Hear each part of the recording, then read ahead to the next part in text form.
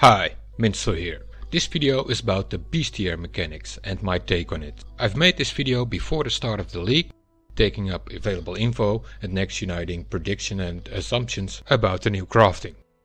First off, the beast. In this league you encounter special beasts besides the ordinary ones already existing in the game. You'll be getting a ride in the new storyline, guiding you step by step, sending you to hunt specific beasts.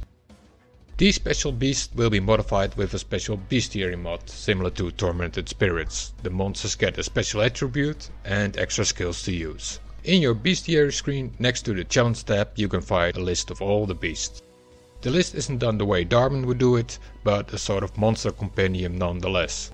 First chapter consists of the more furry types, starting with primates and felines.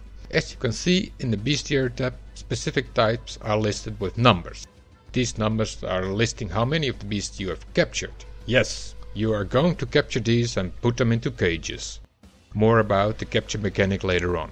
You'll be getting a second hideout where you store these monsters, called the menagerie. Just like your hideout, you can run around in your menagerie, your private zoo, and watch your hunter trophies. Still alive, and that might change in the future, since you're going to fight these animals in an arena, also located in your menagerie. And in that arena you'll be fighting multiple captured animals, and if you win the fight you have completed a special item craft. More about that later on. Back to the first bestiary tab. After felines and primates come canines, ursae, and I'm not sure about the last, maybe it's amphibians. The next tab includes reptiles, and the tab after that includes arachnids. And another tab includes crabs and probably scorpions as well. The next tab has got a book symbol. This is the crafting recipe book for all the nice craft. It's going to be one big dazzling display of greed. Once you have been able to open this tab, you'll be drooling for some time. It's unknown to me what the last tab holds. It has a skull as symbol. It could be linked to an altar used in the menagerie arena. That one looks like a skull as well. So it could be some sort of tracker. The symbol also showed up in this clip, where an essence monster is shown with the exact same skull. This could be related to hunting specific monsters in the storyline. Some sort of quest tracker of Einhar, the new NPC. There are some bestiary groups I haven't pinned down yet, like the avians. You see the list of avians contain different types of beasts: arachnid, rex, crab and scorpion. The prefixes in the names read Phenumal. That could be linked to some poison chaos cloud ability, as we can see in a demo where a player captures a spider. Krakic and Albine can be read as well. These prefixes could indicate the tormented spirit-like extra bestiary mod. Who knows, this picture might show the Rex creature. Some other beasts I couldn't pin down are the mervale squids and the deep, some sort of watery critters. Well, that concludes the animal bestiary kingdom.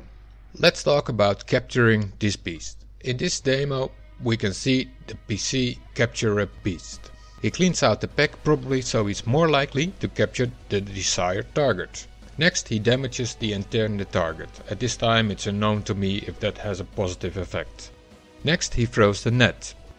The net disables the creature, and next a portal opens and a dude called Einhar comes out to collect the beast. He puts it into your menagerie inside the appropriate cage. Let's look at the netting again, and now in slow motion. You can hear the net effect like a bear trap skill. It looks like he's throwing multiple traps, but those are hooks to pin the net down to the ground. Now take a look at the toolbar. This character has two nets shown, next to his move button and one above his action bar. It has been officially announced that extra skill can be allocated to a key, just like detonate mines. So the net does not have to be in your action bar. Let's take a look at the toolbar after the net is thrown. The net in the action bar is shown darkened, it's on cooldown. So that's probably why this PC has put the net there, so he's able to see the cooldown. Let's show the clip again and this time look at the cooldown. As you can see, the net got a pretty long action. The cooldown was shown way before the net was actually thrown. There's some delay there. Right, more info about the net. Supposedly you get your first nets from Einhar, the dude with the portal, the guy who puts all the beasts in cages. Nets are consumables and they drop from the global loot table, so do not forget to update your loot filter and make something shiny and loud for when a net drops. Nets are made consumables so you do not feel compelled to net everything that moves. They are also made consumables because they go up in tiers. Higher tiers drop from higher level monsters, and higher tier nets are needed to effectively capture higher level monsters. There is a chance your net will fail. With more effective netting, I mean the higher tier a net has got in comparison to the monster's level, the higher chance you will have to succeed in capturing the beast. In this demo you can see a beast break free of the net. Risky business if you ask me, things might get sketchy like messing up an essence corruption. So as you progress through the game you occasionally find nets, and you save them to capture the appropriate beast you want. There are special beasts and some will even show up on your minimap.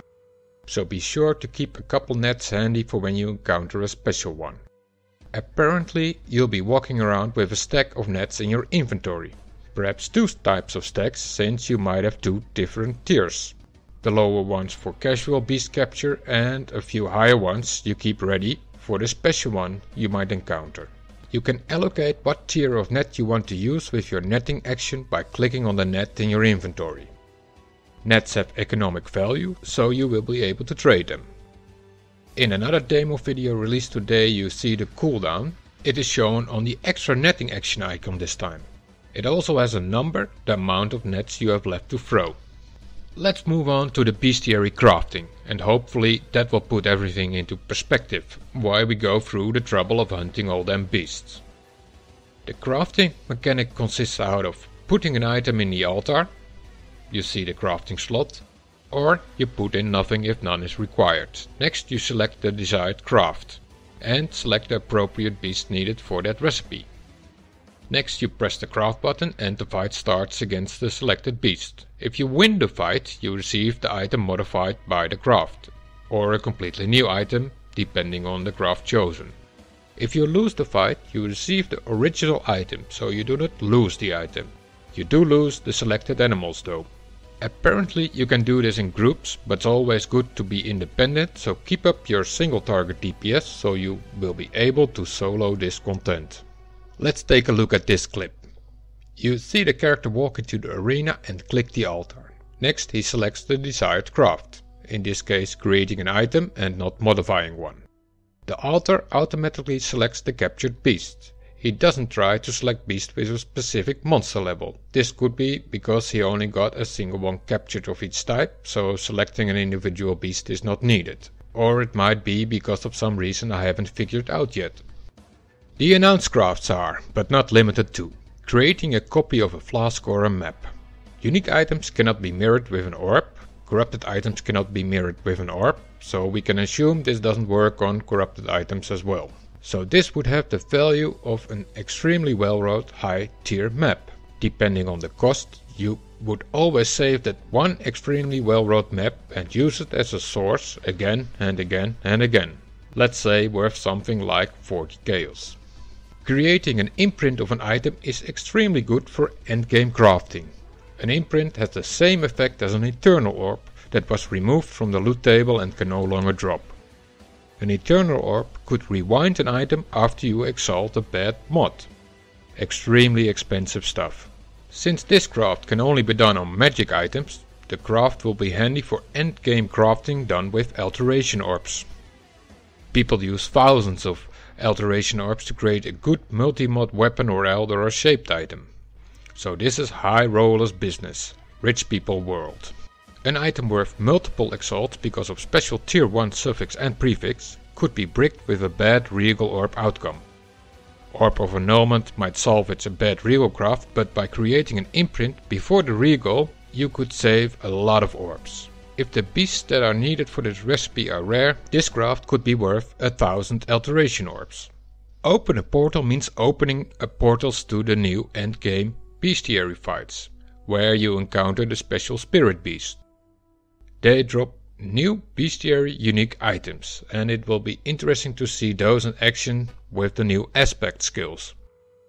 The tiger is probably the same tiger from the Bestiary info page.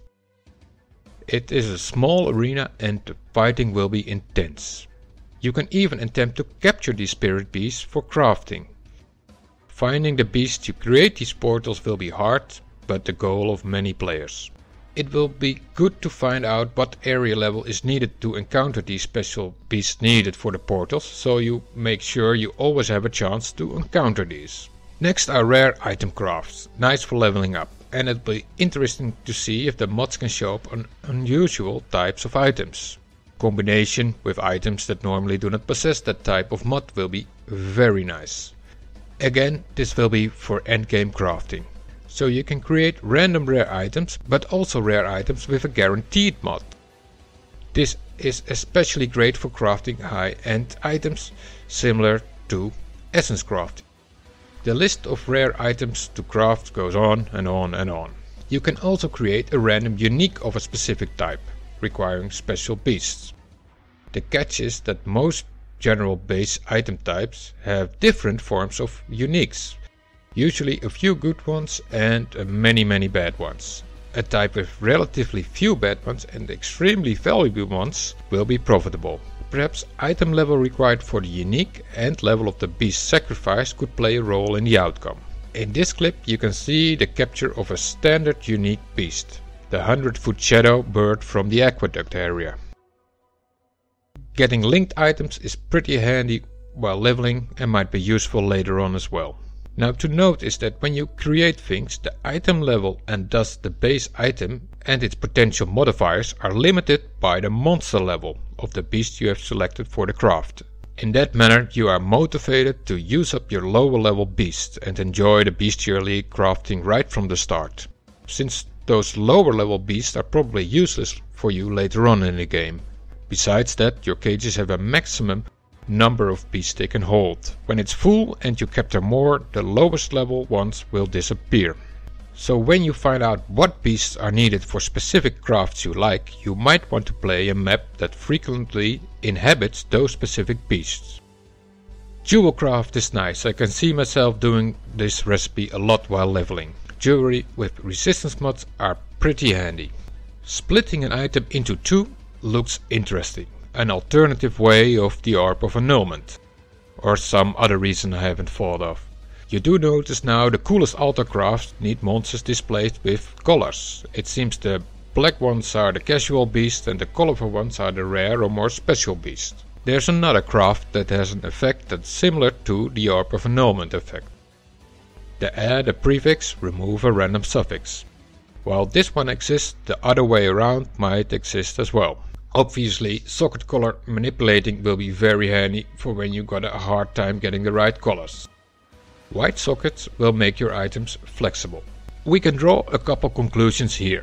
Leveling up will be fun when you create nice items with bestiary crafting. When you reach maps, however, you'll be wanting to run the highest tiers of maps for the highest tiers of monsters for the highest possible outcome of these crafts. And that will be counterproductive when matched with speed clearing of lower level maps. What also is apparent is that the special crafts need special monsters. So while being poor, with the few special monsters in your menagerie, you might be better off selling your craft, if you can provide trusted service, instead of squandering your craft on a medicore item. Take this craft for example, guaranteeing the implicit mod outcome of an item. Let's take the example of a bow I've used in the last league, the Tempest. I've crafted this myself with a Vile Orb, but before I got a good result, the Culling Strike, I received plenty of useless implicit outcomes, and plenty of brick bows, the rare outcome. Now in case of the useless implicit, like 0.2% fire leech, I was still able to sell that 6-link Tempest for some Exalted Orbs. The rare bow is vendor trash, worth nothing. Now guaranteeing the implicit outcome means you do not get rare bows, and you do not get white sockets. Let's say you get a rare bow outcome 1/3 of the time you use a Vile Orb. Somebody might think this recipe is worth at least 1/3 of the price of a 6-link useless implicit outcome, since you do not risk of losing value by creating a rare bow. This statement isn't perfect by any means, but it gives you the idea of pricing these crafts. Now if you do not possess an item, probably a 6-link or a very special item to craft, you'd be better off selling this craft. Do note that implicit mods depend on item level. And counterintuitively, lower item levels are usually better. So when a specific unique item is available from divination cards, you can acquire it with a lower level alternative character, one who will apply his own level to the item level of the unique, for better odds of getting the right implicit file orb result. In general, I can advise you to keep a close watch at Reddit for the most wanted crafts. Then do some research for the beast needed for that craft. Then find out what maps they usually inhabit and farm those. Most likely the special beast will be global spawns and pretty rare finds encouraging speed map running again. In short, while leveling up, have fun. Enjoy the Bestiary League to the max. When you've reached endgame, treasure your special hunting trophies and find out how to best use them economically wise. And that will probably be accomplished when you use the crafts on high item level gear affected by Shaper and Elder mods. I've got a video in my channel explaining how to get those high item level Shaped and Elder influence items. Go check it out. Well, that was it for now. Happy hunting and thanks for watching.